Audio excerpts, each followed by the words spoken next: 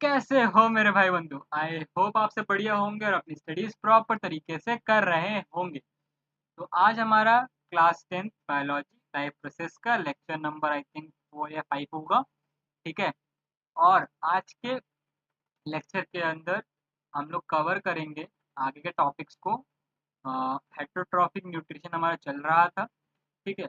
और autotrophic nutrition हमारा finish हो चुका है।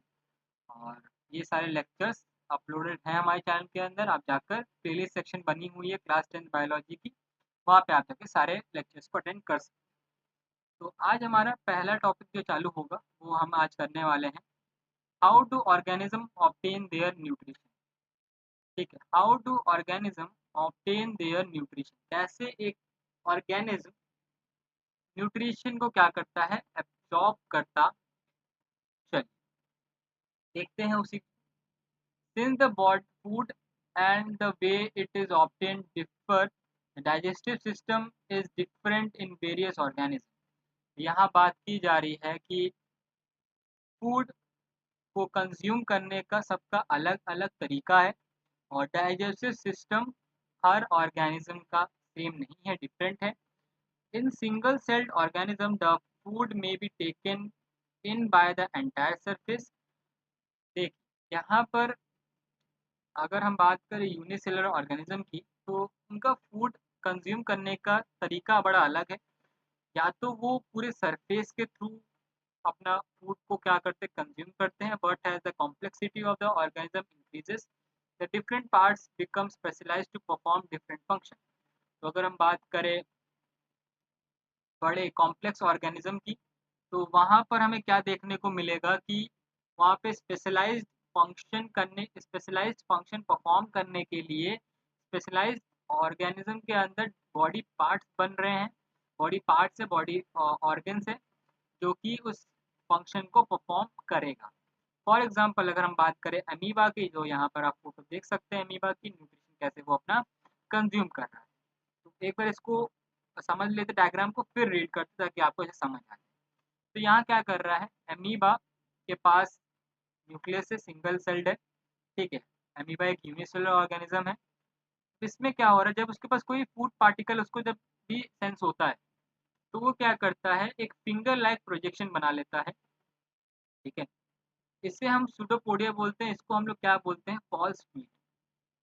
ठीक है। ये अपने फॉल्स फीट डेवलप कर लेता है। ठीक है, नकली फीट डेवलप कर लेता है और क्या करता है, फूड को क्या कर देता है, इंगल्फ कर देता है और एक फूड वैक्यूल टाइप का बना देता है।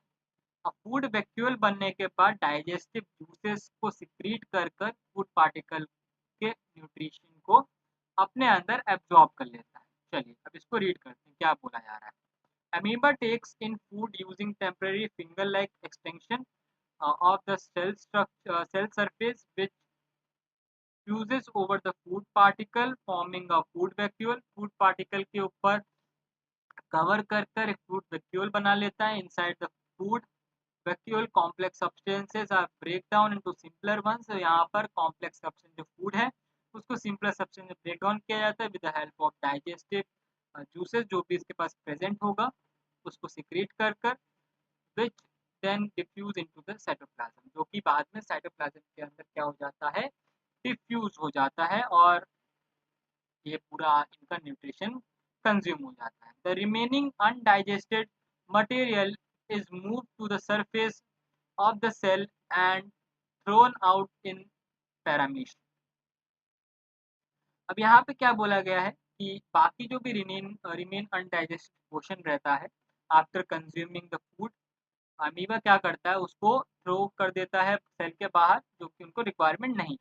अगर हम बात करें पैरामीशियम की, which is also an unicellular organism, the cell has definite shape and food is taken in at a specific spot. A food is moved to this spot by the movement of the cilia, which cover the entire surface of the cell. तो मैं paramecium का basic structure बना के आपको दिखा रहा हूँ। यहाँ पर पैरामीशियम दिखता कैसा है वो मैं यहाँ पर आपको दिखाने जा रहा हूँ। पैरामीशियम का स्ट्रक्चर कुछ आपको ऐसा दिखेगा। एक मिनट। ठीक है। पैरामीशियम आपको कुछ ऐसा देखने को मिलेगा कि यहाँ पर ठीक, ये आपका पैरामीशियम का स्ट्रक्चर है और इनके ऊपर प्रेजेंट होता है सीलिया। ठीक है, ये आपका सीलिया प्रेजेंट है जो कि इनको मूवमेंट करने में मदद करती है। ठीक है, इनके पास भी दो टाइप के इनके पास न्यूक्लियस मिलते हैं। ठीक है, यूनिसेलुलर ऑर्गेनिज्म ये भी है और उनके पास ज़्यादा वो भी नहीं होते, देन ऑर्गेनिज भी नहीं होते हैं और ये आपका साइटोप्लाज्म होता है। और ये इनके पास जो भी यहाँ पे बोला गया स्पेसिफिक स्पॉट है फूड कंज्यूम करने के लिए, यही आपका फूड का स्पेसिफिक स्पॉट है जहाँ पर फूड इनका कंज्यूम होता है और साइटोप्लाज्म में डिफ्यूज होता है। ठीक है, आई होप आपको पैरामीशियम का भी स्ट्रक्चर और साइट ऑफ फूड इनगल्फिंग समझ आ गया होगा। अब चलते हैं अपने नेक्स्ट टॉपिक के तरफ जो कि हमारा न्यूट्रिशन इन ह्यूमन बींग्स। तो न्यूट्रिशन हम ह्यूमन बींग्स में थोड़ा सा कॉम्प्लेक्स हो जाता है क्योंकि हमारे पास पर्टिकुलर ऑर्गन्स हैं न्यूट्रिशन कंज्यूम करने के लिए, और उसी को हम क्या देखेंगे, अच्छे से स्टडी करेंगे कैसे क्या फंक्शन हो रहा। The alimentary canal is basically a long tube extending from the mouth to the anus। तो alimentary canal जो होता है वो हमारा एक लॉन्ग ट्यूब है जो कि एक्सटेंडेड है from mouth to the anus. ठीक है, we can see that the tube has different parts, various regions are specialized to perform different functions. What happens to the food once it enters our body? We shall discuss this process। तो अब क्या हो रहा है, basically हम लोग यहाँ पे तीन प्रोसेस को देखें। ठीक है, तीन प्रोसेस को यहाँ पर हम देखेंगे समझेंगे कि जब हम फूड को कंज्यूम कर रहे हैं, हमारे बॉडी में एंटर कर रहा है तो उसके पास हो क्या रहा है।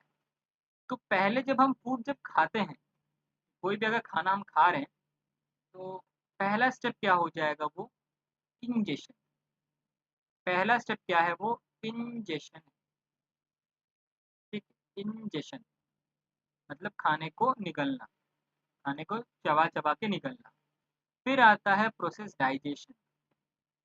ठीक है, फिर आता है प्रोसेस डाइजेशन और लास्ट में आता है ईजेशन। ईजेशन मतलब वेस्ट मटेरियल का इजेक्शन। तो ये तीन प्रोसेस होता है जब हमारे पास फूड आता है, हमारे बॉडी में एंटर करता है, तो ये तीन प्रोसेसेस को गुजरना पड़ता है टिल माउथ टू एनस। उसी प्रोसेस को हम यहाँ पर डिस्कस करेंगे। तो that's it for today's lecture. I hope आपको आज का लेक्चर समझ आया होगा और नेक्स्ट लेक्चर के अंदर इस पूरे प्रोसेस को डिटेल में स्टडी करेंगे। तो तब तक के लिए मिलते हैं आपको नेक्स्ट लेक्चर में। बाय।